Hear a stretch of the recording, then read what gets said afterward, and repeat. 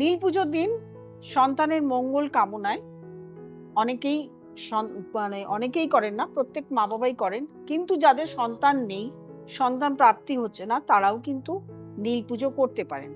এটা কিন্তু অবিবাহিত মহিলা বা বিবাহিত মহিলা এটা নয়, সর্বজন এই পুজো করতে পারেন। শিবের পুজোতে খুব একটা বেশি উপকরণ লাগে না, একটিমাত্র বেলপাতাতেই হয়ে যায়। কিন্তু তা সত্ত্বেও যদি এই দিন আপনি পঞ্চামৃত, দুধ, ঘি, দই, মিষ্টি সমস্ত দিয়ে পঞ্চামৃত তৈরি করে শিবের মাথায় ঢালতে পারেন, তাতে যদি গাজা থাকে এবং তার সঙ্গে যদি কালো তিল থাকে, তাহলে কিন্তু আপনি ফল প্রাপ্তি বেশি পেতে পারেন।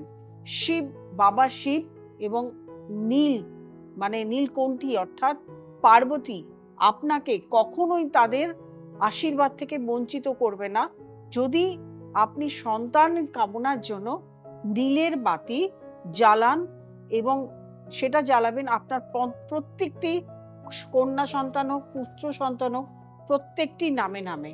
আপনার একটি সন্তান থাকলে একটি জ্বালাবেন, আপনার যদি একের অধিক যদি থাকে, প্রত্যেকের নামে নামে নীলের বাতি জ্বালাবেন। যদি সন্তান না থাকে, তাও সন্তান কামনার জন্য নীলের বাতি জ্বালাবেন, আপনার কামনা ঠিক তিনি শুনবেন।